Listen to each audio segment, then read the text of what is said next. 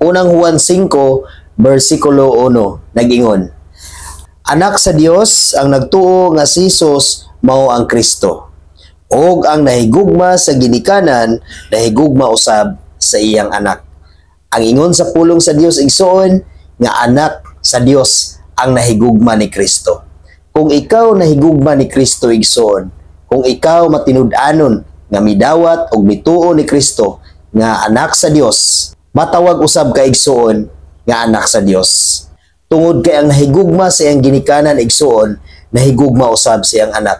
But pasabot, kung nahigugma ka sa Dios, nahigugma usab ka sa iyang anak nga iyang gipadala aron pagluwas sa matag usa kanato, aron pagpapas sa mga sala nga nabuhat sa katawhan. Atong hinumduman igsuon nga ang gahom nga anaa ni Hesus, ang gahom nga nikunsad ni Hesus, mao gayud ang Espiritu sa Dios. Ang Espiritu igsuon mao gayud ang Dios. Si Hesus igsuon mao ang makita nga dagway sa dili makita nga Dios.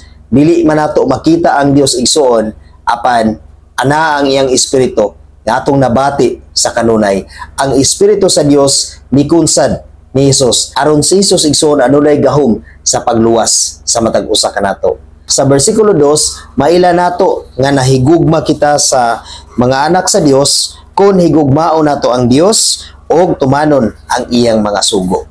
Higugmaon lang gayud nato sa kanunay ang Dios igsuon aron atong mailhan nga nahigugma usab kita sa iyang mga anak. Atong mabati ang tinuod nga gugma igsuon ug ato usab kining mapakig-ambit ngadto sa uban. Kung atong ikinabuhi ang tinuod nga gugma ngadto sa Dios igsuon ug atong tumanon ang mga sugo sa Dios igsuon sa atong pagkinabuhi dinhi sa kalibutan, apan sayon ra ba ang pagtuman sa mga sugo sa Dios?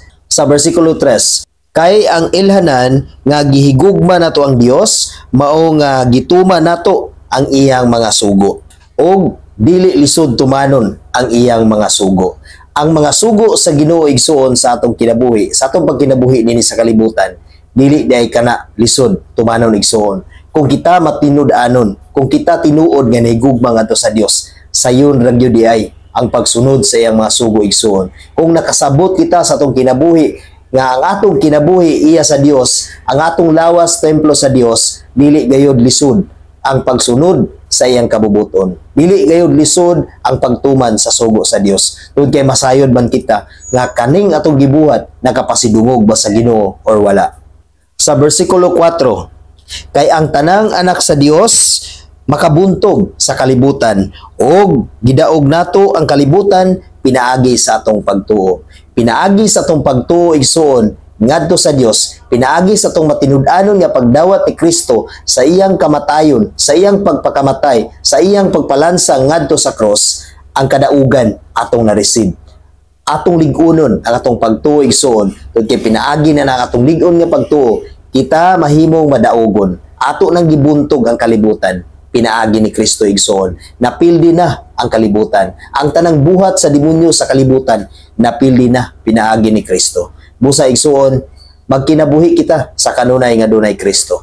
Tungod kay ang versikulo 5 nag-ingon, mauray makabuntog sa kalibutan ang nagtuo nga si Hesus mao ang anak sa Dios. Ang makabuntog sa kalibutan, ang padayon nga makapildi sa kalibutan, ang magkinabuhi dinhi sa kalibutan nga dili na gayon mapildi sa kalibutan kadtong tawo nga adunay Kristo sa iyang kinabuhi. Kadtong tawo nga nagtuo nga si Kristo mao gayud ang anak sa Dios. Busa sa kanunay atong lig-unon sa kanunay ang atong pagtuo ngadto ni Kristo. Ato siyang dawaton sa atong tibuok nga kinabuhi ug ato gayud kining tuuhan atong puy-an sa atong pagkinabuhi dinhi sa kalibutan. Tungod ang kalibutan napili na sa Dios ug sayon na lang nato ang pagtuman sa mga sugo sa Dios dinhi sa kalibutan. Tungod kay ang pulong sa Dios nag-ingon nga anak sa Dios ang tanan nga nagtuo nga si Hesus mao gayud ang Kristo.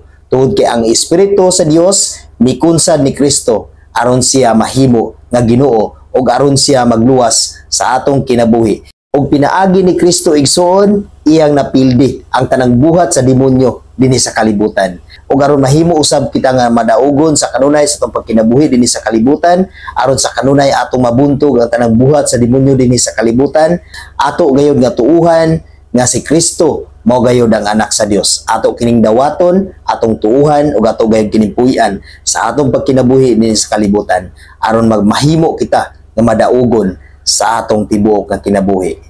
God bless sa tanan.